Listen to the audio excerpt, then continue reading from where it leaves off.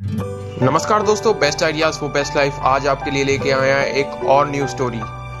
ये स्टोरी खासकर उन लोगों के लिए है जो अपनी जिंदगी में पैशन ढूंढ रहे हैं और उन्हें आज तक नहीं मिला। तो मैं आशा करता हूँ कि ये स्टोरी आपके लिए बहुत हेल्पफुल होगी आपके पैशन को आइडेंटिफाई करने में। ये कहानी कुछ ऐसे है कि एक जंगल में एक ऑस्ट्रिच रहता था। ऑस्ट्रिच यानी शुतुरमुर्ग। ऑस्ट्रिच वैसे तो दुनिया का सबसे बड़ा पक्षी है, लेकिन वो हर समय इस बात से परेशान रहता था कि वो दूसरे पक्षियों की तरह उड़ क्यों नहीं सकता।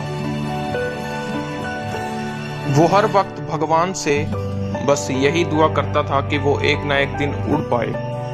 भगवान ने उसे बड़ा शरीर तो दिया था, लेकिन उसके पंखों का आकार उसके शरीर के मुकाबले बहुत छोटा था, जो उसको उड़ने में सहायता नहीं कर सकते थे।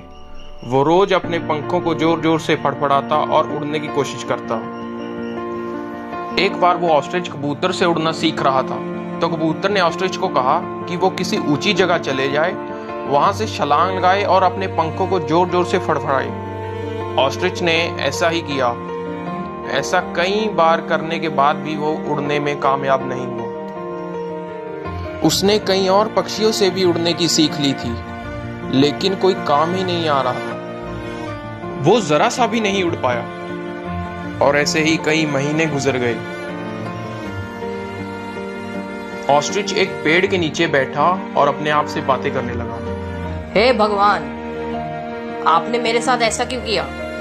मुझे पक्षी बनाया, पंख भी दिए, लेकिन ऐसे पंखों का क्या काम जो उड़ ही नहीं सकते। उसी पेड़ के ऊपर एक ईगल बैठा था। उसने ऑस्ट्रिच की सारी बात सुन ली और वो उसके पास गया। ईगल ने पूछा, क्या हुआ भाई, क्यों रो रहे हो? तो ऑस्ट्रिच ने कहा, मैं उड़ना चाहता हूं, लेकिन मेरे पंख बहुत छोटे हैं। इन पंखों के साथ मैं कभी उड़ ही नहीं सकता। यह सुनकर ईगल ने मुस्कुराते हुए कहा कि भगवान ने तुम्हें छोटे पंख कुछ सोच समझकर ही दिए होंगे। इस बात के पीछे भी उनकी कोई मर्जी रही होगी। क्या पता भगवान ने तुम्हें किसी और ही काम के लिए बनाया हो। तुम दुनिया के सबसे बड़े पक्षी हो और ये कोई आम बात तो नहीं है। ईगल की ये सारी बातें सुन के ऑस्ट्रिच थोड़ा खुश हुआ और ईगल की बातों से बहुत प्रभावित हुआ।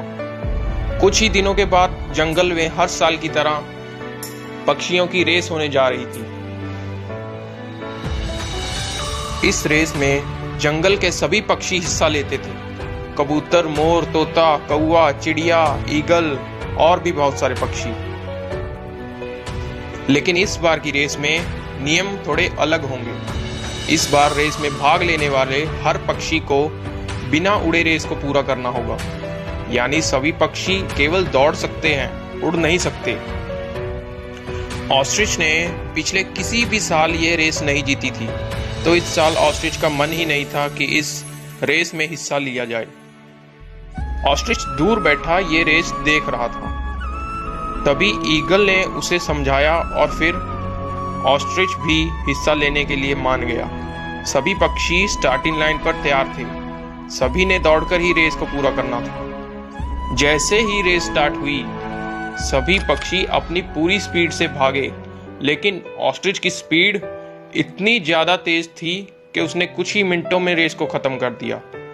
जिंदगी में पहली बार ऑस्ट्रिच ने ये रेस जीती थी और वो बहुत खुश हुआ। रेस के बाद उसको कई इनाम भी मिले। ऑस्ट्रिच ईगल के पास गया और कहा कि आज मैं बहुत खुश हूं। ये रेस जीतकर मैं बहुत खुश हूं। मैंने उड़ना सीखने के लिए कई साल लगा दिए, लेकिन कभी सीख नहीं पाया। आज इस रेस को जीतने के बाद मुझे ये पता चल चुका है कि भगवान ने मुझे उड़ने के लिए नहीं, बल्कि तेज दौड़ने के लिए बनाया है।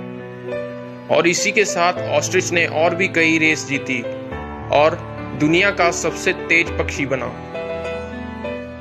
आज ऑस्ट्रिच को वर्ल्ड्स फास्टेस्ट रनिंग बर्ड कहा जाता है। तो इसी के साथ ही ये कहानी यहीं खत्म हो जाती है। कहानी बिल्कुल सिंपल है, लेकिन कहानी की सीख बहुत बड़ी है। ये कहानी हमें ये सिखाती है कि भगवान ने हर किसी के अंदर कुछ ना कुछ क्वालिटी, कुछ टैलेंट भेजा है बस सिर्फ उस टैलेंट को पहचान के उस पर काम करने की ज़रूरत है, उसको बाहर लाने की ज़रूरत है। फिर तो दुनिया अपने आप ही आपको जानने लग जाती है। तो इसी के साथ वक्त आ गया है आपको टाटा बाय बाय कहने का। तो best ideas for best life आपके लिए ऐसे ही स्टोरीज लाता रहेगा। अब दीजिए हमको इजाज़त, तो मिलते हैं आपको हमारी नेक्स्ट स्टोरी में। तो तब तक के लिए जय हिंद, जय भारत।